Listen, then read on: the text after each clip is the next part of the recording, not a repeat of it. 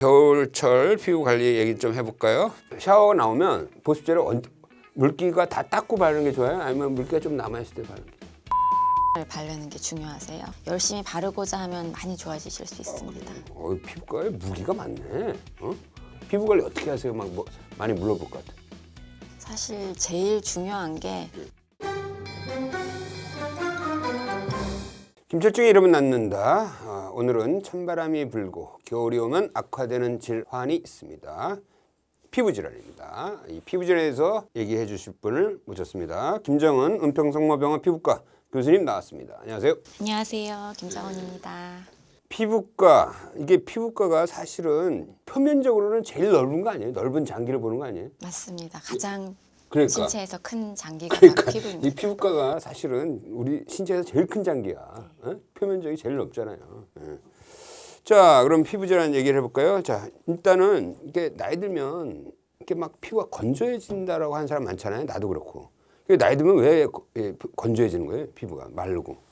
피부에는 피지샘이라고 있는 기름샘이 있는데요. 거기서 이제 콜레스테롤, 지방산 같은 유분기가 분비가 됩니다. 그게 이제 피부의 가장 겉에 층을 싸고 있는 피부 장벽을 구성을 하게 되는데 나이가 들면은 이 피지샘 분비가 줄어듭니다. 그러다 보면 유분기가 줄고 피부 속에 있어야 될 수분이 잘 증발을 해버리면서 좀 더 피부가 메마른다, 건조해진다라고 느끼게 되죠. 실제로 노인분들 보시면 원래도 피지 분비가 팔다리, 등 이런 데는 좀 더 적거든요. 그런 데부터 굉장히 가렵고 건조하시다고 오시는 경우가 많습니다. 그러니까 팔, 다리하고 등 쪽은 피지 분비가 좀 원래 적은 네, 데구나. 얼굴에 비하면 훨씬 적죠. 젊은 사람들도. 그러면 거기에 집중적으로 수분 보습 로션을 발라야겠네요. 네, 이게 많이 도움이 됩니다. 그래요?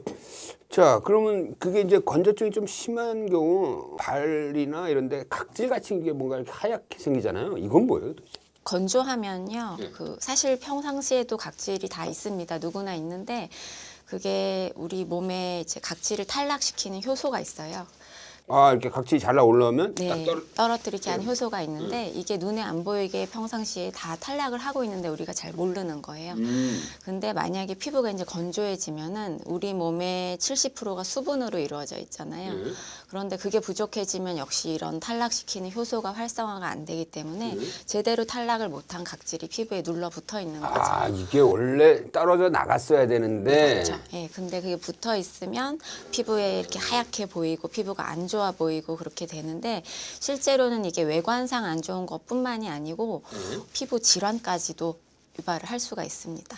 그래요? 건조증이 심하면 이제 그 각질도 눈에 보이지만 이런 가려움과 습진 병변을 동반한 건조성 습진이 올 수 있습니다. 이게 오히려 건조증이 더 심화되면 오히려 습진이 올 수 있는 거예요? 네, 맞습니다. 그거 재밌네. 그거 왜 오는 거야, 도대체? 피부 장벽 기능이 깨지다 보니까 이런 외부의 염증에 취약해지고 수분 손실이 심하고 해서 그렇습니다. 그 치료는 어떻게 해요, 그러면? 그래서 근본적으로 이제 보습을 해줘서 피부 장벽 기능을 강화하고 그걸 해결하는 거죠. 그다음에 왜 흔히 이제 건선이라고 있잖아요. 네. 이 건선하고 이 건조증하고는 좀 다른 건가요? 완전히 다른 질환이죠. 완전히 다른 거죠. 예. 건선도 물론 각질이 두껍게 생긴다는 점에서는 비슷한데 건선은 어떻게 보면 일종의 자가 면역 질환, 면역 이상에 의해서 발생하는 질환입니다. 그래서 좀 호발 부위도 좀 특이한데요. 뭐 팔꿈치나 무릎, 두피 이런 외상에 좀 취약한 부분에 가서 각질층이 많이 생기고 그래요? 염증에 의해서 그 각질이 계속 유지가 됩니다. 왜 보통 뭐 애들 보면 여기 두껍게 하얗게 나는 애들도 있잖아요. 그거 그냥 단순히 각질이라고 생각하면 안 되는 거예요? 대부분 팔꿈치 약간 각질이 있는 것은 질환이 아니고요. 건선 같은 경우에는 명백한 빨간색 홍반이 아래에 있고 그 위에 이제 아주 은백색의 두터운 각질. 이게 중요한 포인트네. 그러니까 네. 빨간색 약간 피부 병변이 있고 그 위에 각질이 네. 이렇게 하얗게 보이는 거구나. 그런 질환을 건선이라고 합니다. 그럼 사람들이 그냥 그걸 각질로 생각하고 오래 방치할 수도 있겠네. 처음에는. 심하지 않은 분들은 처음에 그냥 건조해서 그렇겠거니 하고 병원을 늦게 오시는 분들도 있으시죠. 이거는 그럼 통증이 있어요? 통증이 없고요. 생각보다 심해 보이는 거에 비해서는 가려움증이 좀 또 적기 때문에 막 가렵고 불편한 아토피 환자들은 병원을 일찍 찾는데 건선은 증상이 별로 없다 보니까 다행인 점이죠. 어떻게 보면. 그러니까 그걸 절대 이제 잘 구분을 할 줄 알아야겠네. 네네. 주로 건선은 몇 살 때 생기나요? 건선은 청장년층에 주로 발생을 합니다. 아, 어릴 때부터 생기는 게 아니고? 네네. 아토피 같은 경우는 굉장히 어린 유소아에 생기는데. 그러니까. 예. 그 사람들은 갑자기 이제 다 커서 피부 질환에 시달리는 거네. 그러면 이 건선만 딱 생기는 경우에 아니면 이 사람이 면역 반응 이상한 거니까 다른 질병도 동반될 수 있을 것 같은데 왠지. 건선은 요새는 그 전신적인 염증 반응으로 보기 때문에 그렇구나. 건선을 만약에 치료하지 않고 오래 방치를 하실 경우에는 건선 관절염 또는 심혈관계 질환, 예를 들면 뭐 심하면 중풍, 뭐 급성 심근경색 이런 중대한 질환까지도 위험도가 올라가게 됩니다. 이야, 이거 단순한 피부 질환이라고 보면 안 되겠네요. 그다음에 주변에 이렇게 어른인데도 아토피 환자가 많아 보면은. 네. 그 사람들은 어렸을 때 아토피가 계속 어른으로 온 거예요? 아니면 그냥 어른이 돼서 또 새로운 아토피가 생기는 거예요? 저한테 이제 심한 아토피 성인 환자들이 많이 오시는데요. 그렇게 심하신 분들은 대부분 어렸을 때부터 나은 적이 없이 쭉 오신 분들이 많습니다. 또 성인 중에서 어렸을 때 있다 다 좋아지고 한참 잘 지냈었는데 환경 탓인지 좀 성인이 돼서 다시 좀 심해지기 시작해서 오시는 분도 상당히 있습니다. 이게 진짜 어떻게 보면 이제 아토피가 뭐 새로운 문명병이라고들 얘기하는데 실제로 진짜 현대인에서 새로 나온 병이라고 볼 수 있는 거예요? 조선시대는 없었어요?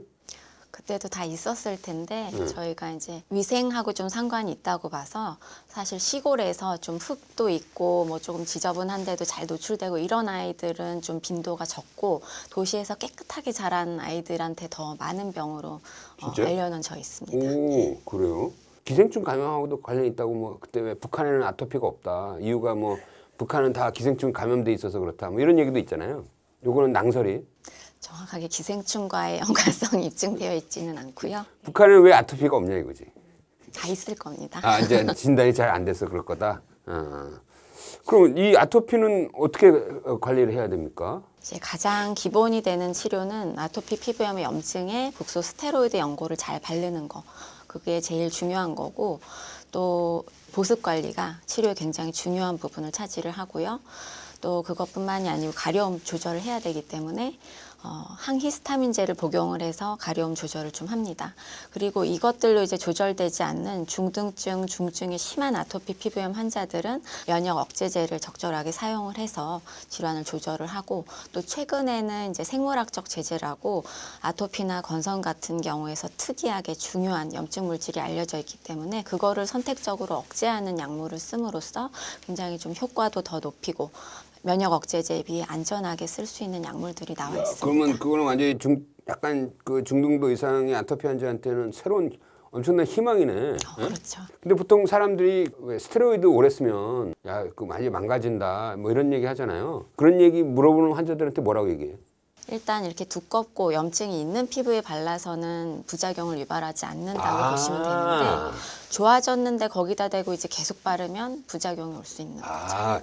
병이 있는 곳에 바르면 금제가 안 되는 거구나. 그래서 만약에 좋아졌으면 안 바르면 되는 거네. 그렇죠. 그리고 요새는 스테로이드 아니고도 국소 면역 조절제라고 다른 약물도 있기 때문에 열심히 바르고자 하면 많이 좋아지실 수 있습니다. 그래요? 피부과에 무기가 많네. 이 피부 질환도 조기 발견, 조기 치료가 확실히 효과가 있겠죠? 그럼요. 그래서 아토피 피부염도 아까 이렇게 고위험군 하나들이 있지 않습니까? 부모들이 다 있고 그런 경우에 어려서부터 보습제를 잘 발라서 피부 장벽을 강화를 해주면 어느 정도의 예방 효과가 있고요. 또 생겼다 한들 아주 심하게 진행하는 경우를 막을 수 있습니다. 굉장히 중요하네. 그걸 다 교육시켜야겠는데? 그래서 오실 때마다 이게 교육을 해야 되기 때문에 사실 시간이 많이 써야 됩니다. 그래, 피부과 필수의료라니까. 자, 그다음에 이제 우리 일반적으로 이제 겨울철 피부 관리 얘기 좀 해볼까요? 샤워 나오면 보습제를 물기가 다 닦고 바르는 게 좋아요? 아니면 물기가 좀 남아있을 때 바르는 게 좋아요? 일단 수건으로 살짝 두들리고 바싹 물기가 마르기 전에 거의 즉시 바르는 것이 가장 좋습니다. 그게 부드럽게 발리기도 하고요. 물기 완전히 바르기 전에? 네네, 바르기 전에 바르고 정량을 바르는 게 중요하세요. 정량이 뭐예요? 한 번에 보통 성인이 전신에 바른다 그러면 25g 정도의 보습제를 사용을 하는 게 맞습니다. 25g이면 이 손에 어느 정도지? 그냥 요만큼 돼요? 요만큼? 저희가 보통 보습제 하나 이렇게 구매를 하시면 그게 200ml 정도 되거든요. 와, 그럼 엄청 많이 발라야 되네. 네, 엄청 많이 바르셔야 되고 일주일에 아침 저녁으로 바를 경우에는 이제 350g 정도 상당히 쓰시는 거죠. 그 주연이 시기적으로는 언제 발라요, 그러면? 그러니까 병원에서 처방을 해드리는 좋은 보습제도 24시간 유지는 안 되거든요. 그래서 아침 저녁으로 하루 2번 정도 권장해 드립니다. 그다음에 이 샤워하나 이럴 때 이게 막 때 이렇게 밀고 이런 거는 어때요? 때밀이는 절대 금물이고요. 세신사들 직업 날라가는데. 너무 과도하게 이걸 제거해주면 피부 장벽이 손상되고 이제 가렵고 따갑고 그게 되겠죠. 때라는 게 각질인 거죠, 그러니까. 그렇죠. 예. 그러니까 그 각질이 피부를 보호하는 효과가 있는데 그걸 아예 그냥 밀어버리니까 오히려 더 피부 보호 효과가 떨어지는 거죠. 그죠? 네. 어차피 아까 말씀하신 대로 각질은 떨어져 나갈 거다 이거지. 네. 내가 닦지 않아도. 그렇습니다. 어. 자, 우리 때를 밀지 맙시다. 그래서 뭐 남자가 이제 커피 많이 마시잖아요. 이 커피가 피부에 영향을 미치나요? 일단 모닝커피 한 잔은 크게 관계는 없다고 봅니다. 뭐든지 이제 지나친 게 문제가 되는 거고 과량의 커피는 탈수를 좀 일으킬 수도 있고 해서 피부 건조랑 좀 관련돼서 얘기가 있지 싶고요. 실제로 요새 화장품에도 카페인이 들어가는 화장품들이 나옵니다. 거꾸로? 네, 카페인이 또 뭐 피부 재생이나 이런 데 도움을 줄 수 있다는 그럼 연구 바르는 결과도 그렇죠. 나오고 있기 때문에 하나로 딱 단정 짓기는 좀 어렵지만 적당량의 커피는 문제가 없다고 봅니다. 자, 그리고 보습제. 뭐 보습제도 약간 뭐 아무거나 뭐 그냥 바르면 되나요? 어떻습니까? 보습제를 선택하실 때는 이제 자기 피부에 맞는 거를 좀 선택을 그래, 이거 하시는 중요해. 게 좋습니다. 보습제의 제형이 다양하게 있는데요. 보습력으로 따지면 연고 형태의 보습제가 가장 보습력이 높고 그다음에 크림, 그다음에 로션 형태로 기름기를 많이 갖고 있을수록 보습력이 좋습니다. 근데 내가 만약에 건성 피부라면은 연고 제형이나 아니면 유분기가 많은 크림을 사용하시는 게 좋고 좀 기름기가 많은 지성 피부라시면 반대로 로션 형태, 가벼운 수분 크림 정도를 사용하시는 게 좋습니다. 근데 한국 사람들 같은 경우에는 이제 끈적이는 걸 조금 싫어하다 보니까 너무 뭐 그 끈끈한 형태를 고집하는 것보다는 발림성을 내가 이제 좋아하고 잘 바를 수 있는 것을 찾아서 잘 바르시는 걸 추천을 드립니다. 그거 재밌네. 한국 사람 끈끈한 거 싫어해요? 싫어하시더라고요. 사람들은 끈끈한데 자기가 건성인지 지성 피부인지는 어떻게 알아요? 물론 뭐 약간 느낌이 있겠지만 그 기준 같은 게 있나? 요새는 이제 피부과에 내원하시거나 아니면 뭐 화장품 뭐 이런 판매하시는 곳에도 보면 이제 피부 타입을 측정하는 그런 툴들이 좀 많이 나와 있어서 좀 내가 느끼는 걸 잘 판단하기 어렵다는 경우는 좀 도움을 받으실 수도 있습니다. 그러니까 예를 들어서 뭐 이제 아무것도 안 한 상태에서 낮에 이렇게 막 얼굴에 기름이 이렇게 흐르듯이 해서 뭐 닦아내야 될 정도다. 그러면 지성인 거죠. 예. 그리고 그냥 그런 게 없이 너무 말라 있다. 그러면 건성인 거고요. 그렇죠. 자, 우리 피부과 의사니까 사람들이 많이 물어볼 것 같은데 피부 관리 어떻게 하세요? 막 뭐 많이 물어볼 것 같아. 사실 제일 중요한 게 보습과 자외선 차단이거든요. 자외선 차단. 예, 화장품 사실 단계별로 많이 꼭 다 바르실 필요는 없고 나와 잘 맞는 보습제를 한 가지를 찾으셔서 그거를 이제 충분한 양을 도포를 해주시고 또 외출 직전에 자외선 발라서 피부 노화를 막고 그런 것들이 가장 중요합니다. 그럼 자외선 차단 효과가 있는 로션을 항상 바르세요? 그럼요.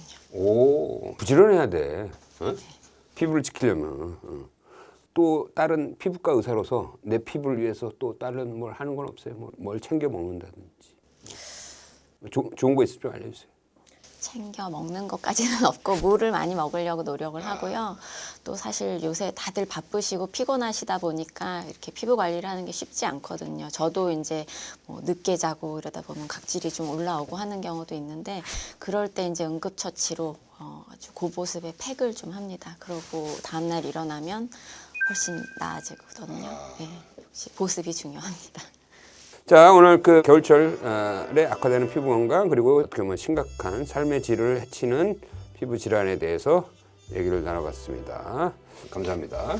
감사합니다.